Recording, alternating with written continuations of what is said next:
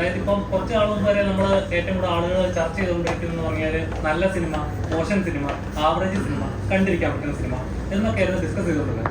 ഇപ്പോൾ ആളുകൾ പറഞ്ഞാൽ 100 കോടിയുടെ സിനിമ, 150 കോടിയുടെ സിനിമ, ഇത്ര ബഡ്ജറ്റ് കിട്ടിയ സിനിമ, ഇന്ന ആക്ടർ ഇത്ര കോടി ഉടക്കിയ സിനിമ.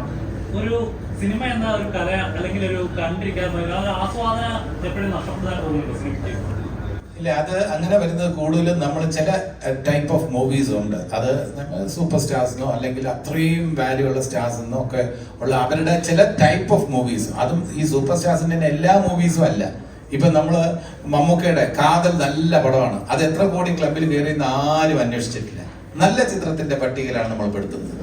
അതേപോലെ തന്നെ ആഭ്യന്തര കുറ്റവാളി എത്ര കോടി ക്ലബിലെന്ന് ആരും ചർച്ച ചെയ്യില്ല. ഉറപ്പാണ്, എത്ര കിട്ടിയാലും സന്തോഷമാണ് നിസാമിന്. വേറെ ഒരു കോടി ക്ലബിലേക്ക് കടക്കുന്നില്ല. ചിലപ്പോ ആസിഫ് പറഞ്ഞ പോലെ ലാർജർ ദാൻ ലൈഫ് ഇമേജ് എന്ന് പറയുന്ന ആസിഫ് അഭിനയിക്കാൻ പോകുന്ന പടത്തിനെ കുറിച്ച് ചിലപ്പോ എത്ര കോടി ക്ലബില്, അപ്പൊ പ്രതീക്ഷയാണ് ഞാൻ പറയുന്നത്.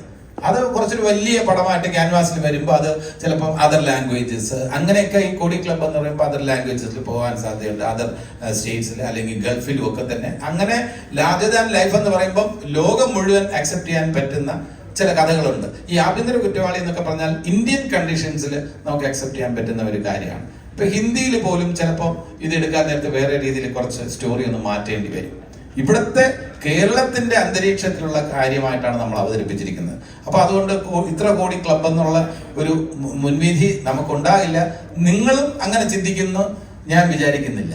അപ്പൊ ചില ചിത്രങ്ങളാണ് ഇത്ര കോടി ക്ലബിൽ കടക്കാൻ സാധ്യതയുണ്ട് എന്നുള്ളത്. അപ്പോ ആസിഫ് അലി എന്ന നടനെ നമുക്ക് എല്ലാവർക്കും ഇഷ്ടം, സൂപ്പർ സ്റ്റാർ എന്ന പദവിയിലേക്ക് ചിലപ്പം എത്തുമായിരിക്കും. പക്ഷെ ഇന്ന് സൂപ്പർ സ്റ്റാർ എന്ന വിശേഷണം അദ്ദേഹത്തിന് താല്പര്യമില്ല, നമുക്ക് ചാർത്താനും താല്പര്യമില്ല. അദ്ദേഹം സൂപ്പർ ആക്ടർ എന്ന് വിശേഷിപ്പിക്കാനാണ് നമുക്ക് താല്പര്യം.